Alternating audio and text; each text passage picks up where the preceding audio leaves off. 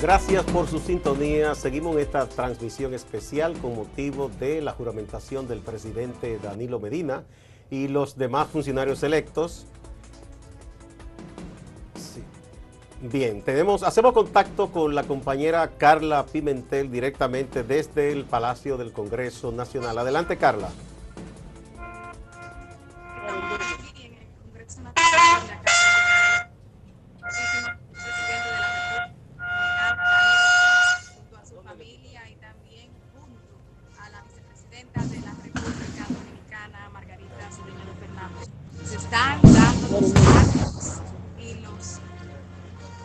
Se están realizando los actos del lugar en honor al presidente de la República en esta toma de posesión. Ahí se encuentra junto a su familia y también a la vicepresidenta de la República, desde blanco y frente a la bandera nacional.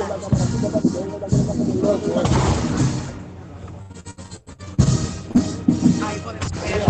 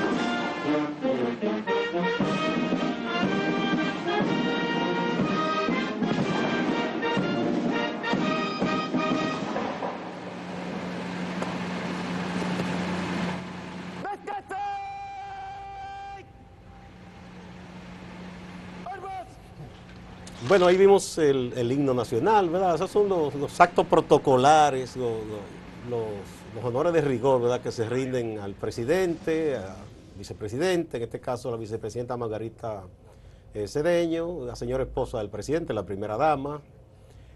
Ahí también están los militares de la escolta, funcionarios. Ya el presidente entonces va a pasar al interior del Palacio del Congreso Nacional, en donde le será tomado el juramento en breves momentos, y luego pronunciará su discurso, su esperado discurso de este 16 de agosto del año 2016. El presidente llegó un poquito tarde, algo inusual en él. Inusual, eso iba a decir Gustavo, que parece que algo había ocurrido, tal vez esperando que se resolvieran algunos de los problemas de protestas que había en la cercanía, o tal vez alguna cuestión interna dentro del propio Palacio del Congreso Nacional, en donde tú sabes que hay un protocolo. Luego de instalado el Congreso, hay que elegir a los presidentes de los bufetes de las cámaras legislativas, tanto de la Cámara de Diputados como del Senado de la República, y entonces quien toma el juramento al presidente de la República es el presidente del Senado. En su condición de presidente de la Asamblea Nacional. En su condición de presidente de la Asamblea Nacional. Se reúnen ambas Nacional. cámaras y se forma la Asamblea Nacional. Que en este caso va a ser de nuevo Reinaldo Pared Pérez. Reinaldo Pared Pérez. Lo que ordena la Constitución es que cuando se abre la sesión en ambas cámaras, el legislador de mayor edad es que juramenta entonces, en el caso de los diputados, al diputado presidente de la Cámara, y en el caso del Senado, al presidente del Senado. Eso es lo que ordena la Constitución. Pero tenemos en el caso de la presidencia de la Cámara de Diputados a la diputada Lucía Medina, que es la presidenta de la Cámara de Diputados en este primer año, hermana del presidente Danilo Medina. Sí, Lucía Medina, Yomaira, como ella misma se dice y le llaman en San Juan. Sí. Y Reinaldo Pared, que va a ser el presidente, es el presidente del Senado, por una decisión del comité político. Igual lo de Lucía Medina por una decisión del comité político. O que sea es el que organismo el litoral danilista privado. domina la presidencia de ambos hemiciclos. No, porque Reinaldo Pared no es danilista. Bueno, los Pared Pérez han sido danilistas toda la vida. Que Reinaldo, de manera como político muy profesional, es verdad, él como secretario general ha mantenido la equidistancia necesaria, Y además por lo menos públicamente. Él hizo una pre-campaña muy intensa. Con Aspirando miras también a la presidencia. a ser nominado candidato presidencial. De modo que Reinaldo Pared tiene sus aspiraciones y ha sido secretario general y no ha tenido ninguna objeción ni de el equipo que entonces se supone adverso a Danilo Medina, que es el equipo de Leonel Fernández. No, él ha hecho Se ha llevado bastante muy bien. su función como secretario general.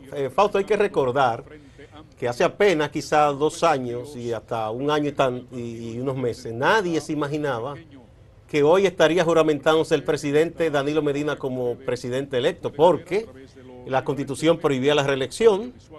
Se daba como un hecho en los PLDistas que Leonel Fernández podía ser el candidato, habían otros aspirantes.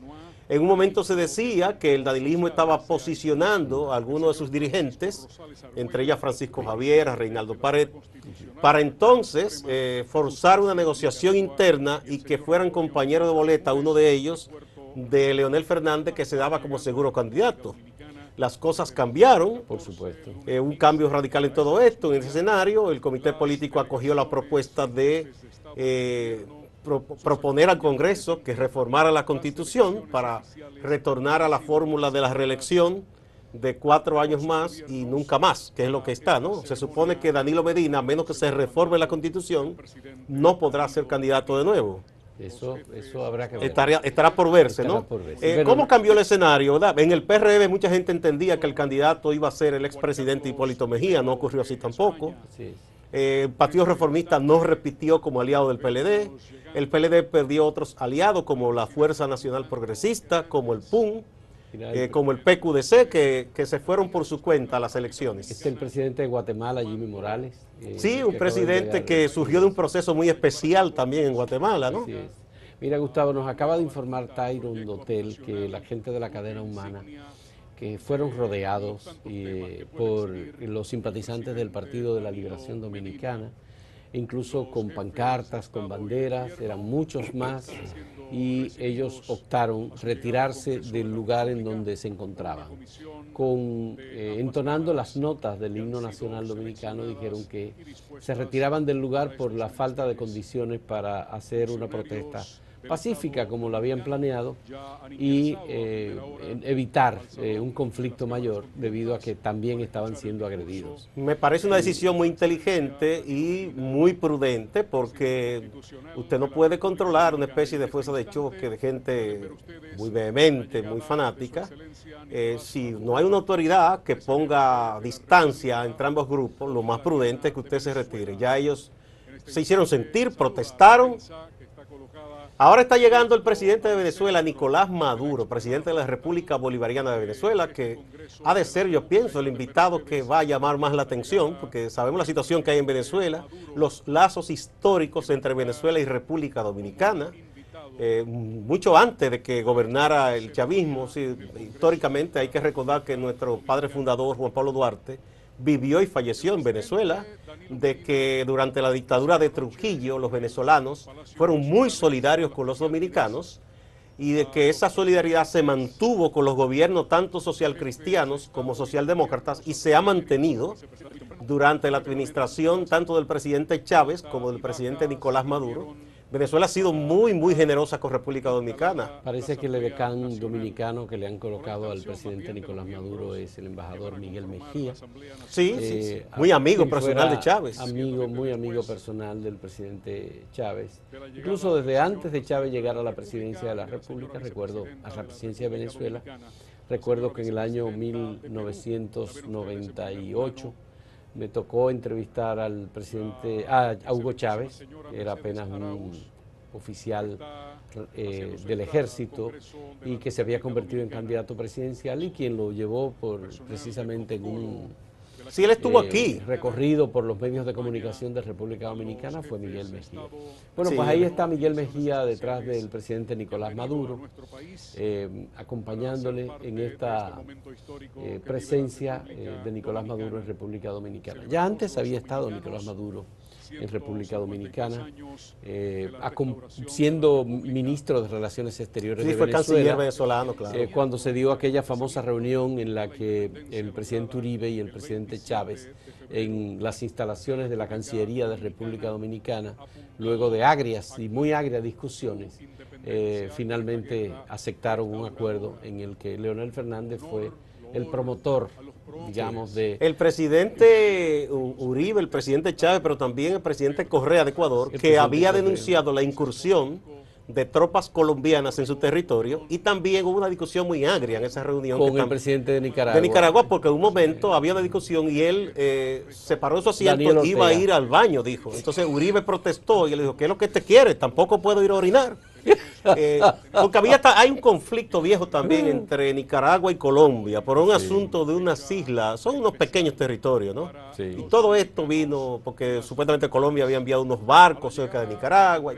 En ese momento el presidente de Honduras, Mel, presidente Mel Rojas, ¿era que llamaba? Ajá, no, Rojas no.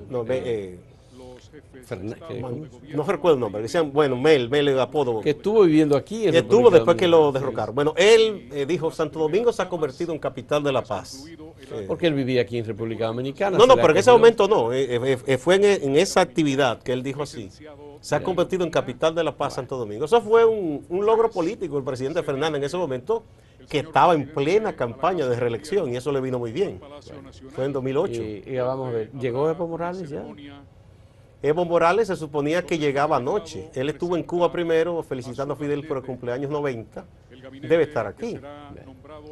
Pues señores, vamos a continuar con la transmisión oficial que se está haciendo a través del canal oficial de República Dominicana, Radio Televisión Dominicana. Nosotros estamos tomando las imágenes. Ahí va Gustavo Montalvo, el ministro de la Presidencia de la República. Ese es el funcionario más importante que ha tenido Danilo Medina en la administración gubernamental, el hombre que resuelve muchos de los temas. Es un hombre de su estrecha confianza, de carácter político, y se ha convertido también en el técnico. Pararrayos de muchos opositores, sobre todo los opositores de la derecha, que lo odian mucho y dicen que él es un hombre que viene de la sociedad civil, que responde a supuestas agendas extranjeras, todas esas cosas que se dicen, ¿no?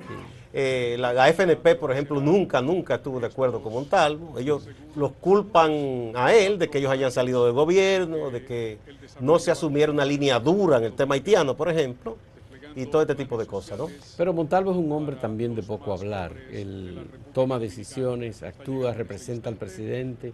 Cuando hay un problema lo resuelve. Fíjate lo que ocurrió en relación con la falsa graduación de personas en un acto en el Ministerio de Defensa. Fue precisamente Gustavo Montalvo el que asumió la responsabilidad de anunciar la creación de una comisión que al final, después de las elecciones, es cuando ofrece su informe. Hace poco que ofreció su informe. Ahí están llegando otros mandatarios del gobierno extranjero. Me parece que ese es de Jamaica, Antigua y Bermuda, bueno, por la bandera. Me parece que Antigua y Bermuda. Sí, habrá mucha gente. También vienen representantes de esos gobiernos de Medio Oriente, que en los últimos años han estado muy presentes en los actos de toma de posesión.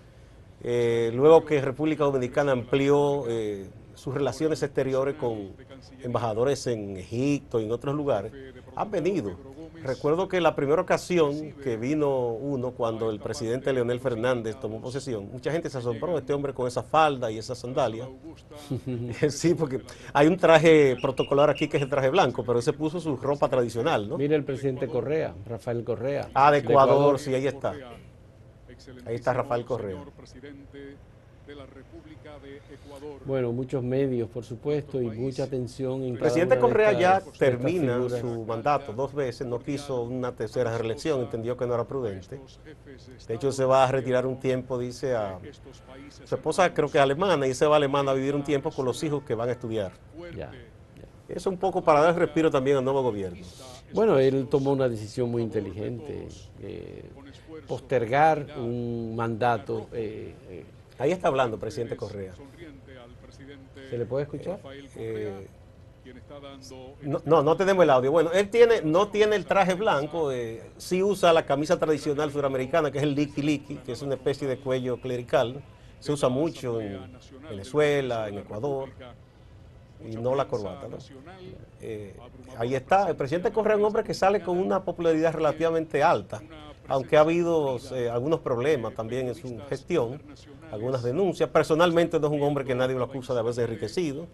Dicen que a veces se torna un tanto autoritario con la prensa y esas cosas, pero en la administración de la economía no es un hombre que ha hecho cosas tontas y a locas. Él tiene buena formación como economista, estudió en Harvard. Su país tiene el dólar como moneda oficial, aunque es un hombre de izquierda y la izquierda quería que cambiara esto y retornara a la moneda local. Él nunca quiso porque entendía que no era una buena medida. Tener el dólar, eso garantiza por lo menos un nivel de inflación que nunca será muy alto, porque eso va a depender de la Reserva Federal de Estados Unidos, que es celosa con eso de mantener los niveles de inflación controlados. Rafael Correa es un hombre igualmente temperamental. Tú sabes que él se expuso bastante cuando visitó República Dominicana, acudió a muchos medios de comunicación y luego se involucró en un debate por una entrevista que hizo Nuria Piera al embajador de Venezuela en República Dominicana. Pero ya no estaba aquí, de radio, él no estaba aquí en ese momento, él respondió desde allá por las redes por sociales. Eso digo, en un programa de radio que él tiene en Ecuador, respondió y acusó a Nuria Piera de haber exagerado y de haber agredido al embajador. Sí, eso fue una tontería de él, porque yo creo que él habló sin muchos elementos de juicio. Se habló de lo que le contaron, lo dijeron, pero no vio las cosas como eran exactamente. Bueno, vamos a esperar. Yo creo que lo importante es ya esperar, Gustavo, el discurso del presidente Danilo Medina. Sí, tengo la información de que en algunas entidades públicas ayer hubo gente celebrando, porque había recibido la información de que iba a ser ratificada en el puesto. Bueno, pero eso es especulación, porque con Danilo Medina es muy difícil. Parece que no, pero si un funcionario abre una champaña, es porque tiene información de que le han dicho que sí, que se va a quedar. Yo te he comentado a ti que me parece que el Procurador General de la República, Francisco Domínguez Brito, se está despidiendo. Bueno, no solamente por el también es el deseo de mucha gente. Por el caso de los tucanos, sino porque ayer soltó la información de la acusación formal del Ministerio Público en contra de Alberto Holguín, que era el coordinador de Avalancha, uno de los movimientos que favoreció a Danilo Medina y que fue director de INAPA, y ahora se está acusando ya formalmente por corrupción por más de 1.000 millones de pesos al exdirector de INAPA. De las cosas que contiene ese expediente y que dieron lugar a cierta alarma y a la investigación es que ese funcionario en un mismo día suscribió varios contratos con las mismas personas y en poco tiempo, contratos de millones y millones. Se suele hacer la fragmentación a veces de las compras públicas y los contratos para burlar la ley de compras y contrataciones. Como hay a partir de cierto monto que tú tienes que irte a una licitación pública, entonces lo que hace mucha gente es que fragmenta. Y eso es una forma de eludir lo que ordena la ley. Oh, claro que sí, por supuesto. Bueno, Gustavo, vamos a escuchar un reporte por vía telefónica de Máximo Laureano sobre lo que ha pasado con la instalación del gobierno municipal en Santiago. Máximo Laureano está en el teléfono y nos va a decir lo que pasó allí con la instalación de Abel Martínez como nuevo alcalde municipal. Adelante, Máximo. Saludos, ¿me escuchan? Sí, adelante, perfectamente. Máximo.